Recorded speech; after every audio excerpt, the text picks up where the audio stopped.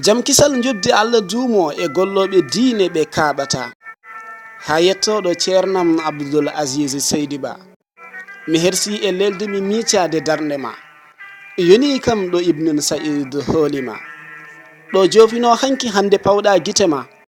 nde lewre makko jabbuɗa awdi ma koto ngesa makko dawata kirdoɗa du'anima moƴƴini needi ma suɓi ko tiiɗi watti e juuɗe ma hoolare jokkinde ceernam Tijani lomtina sembini seeranine yettuma cakuɗa juuɗe o duwi dawruɗa tinde ma ɗoftare almudagal woni ko sirajo diine winama hay so aduna renti sali jab nangtoɗa so hawritina haɓo aɗa haɗa nde kaptiɗa ɓamtare gunas ko an halfina sami ana aɗa ana woni ko jaabiɗa so min guuri min jiɗi ko beltoɗa nden darnde feeñi ko gonga du'aw ne jaaboya kono tori golli ko Abdoul Aziz Seydi Ba laamorgo leydi ha dartoyo damal juma taliji bertaɗo beleɗa hen jarata kuɓɓam naati niɓɓere dogi Madina leeri microji dow noddinale wasifaji towi téléphone ngaji e télévision ji alaɗo heddi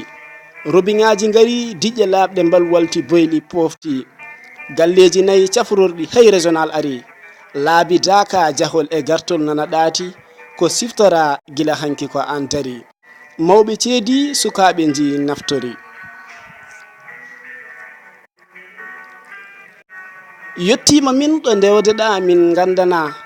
holmo suusi wiide golle ma ne tawtara bandam julɗo hetto mbimi paamoya sa wawatane yettudemo a ronkata saɗa jogui doole gollude wuro naftoya tinno ɓallo ceerno Abdoul famminma golle fo ɗe cumbuɗane cayata du'a o ko e juuɗe makko jaaboya dokke Allah mettaɗo ɗum ittata peeje makko hurum wuro o waylata sariyaji Allah keeri mum o yawtata ɓamtare yataw ko e diinata jazaka ya Abdoul Aziz Seykhina deƴƴa gollo jurum nder o amata ballo mo ɓamtu koyɗe ngabboɗa ko yamiri ko ne jaɓa ɗum tan golloya ko hadma ko ne berloɗa ne naftata wuro men ko diine tan ngo sincira ko daña ko ne yetta Allah hamdina ɓame on dañi kayne famnoya ɓeydare alay sago ko yeeso faya Abdoul ceerno ko lamɗo boɗejo mo lorlata lawol Fas Makka ha Madinatul Munawwara biroji ɗi konngol makko nilata hunde fof ko woy e waw ruttude mo ɓe cuusata kala ko hula somo tawtora bonnata yehe arte e jam lelata taw ala hen mo golle ngakki fatora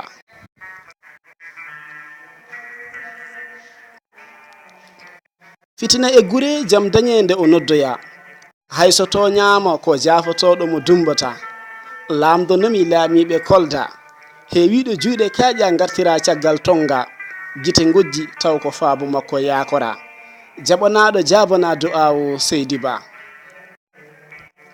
kala ko ummona dadoɗa tiiɗe gardoɗa e yamirore khalifa men ceerno ma Ahmad Tijani mawnima e hohoɓe diine o nelma tiwawon ko e makko jaaduɗa ko ɓoyani a jaɓɓama tuuba e konguɗi ceniɗi kalɗa diine o weltima e garal ma enɗam wurti sabu ma est ce que min kawama gonkama e wilaya mo Allah rokkuma to yara e golle a tampata so ɗayiɗo yima yawoma wallahi mi seedaki hono ma ɗo e almudagal baɗɗo ko mbaɗɗa ko weɓani e seremɓe yontama soko nattude wiya yaltata hay fawde yitere weɓata ɗum wona Ibnu Sirajata dental dakane yettuma so won ɗuhiɓe ɓuɓri nemaka an ko e nangue dariɗa lawol ko juuti a ruttata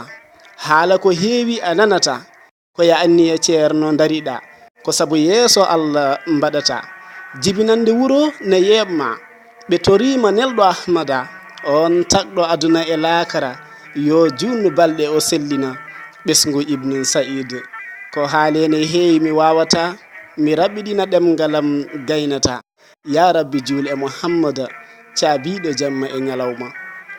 daɗani on ɗo jeslari Abdoul Aziz Baba Ndiaye almudel haaliyankoɓe rendo men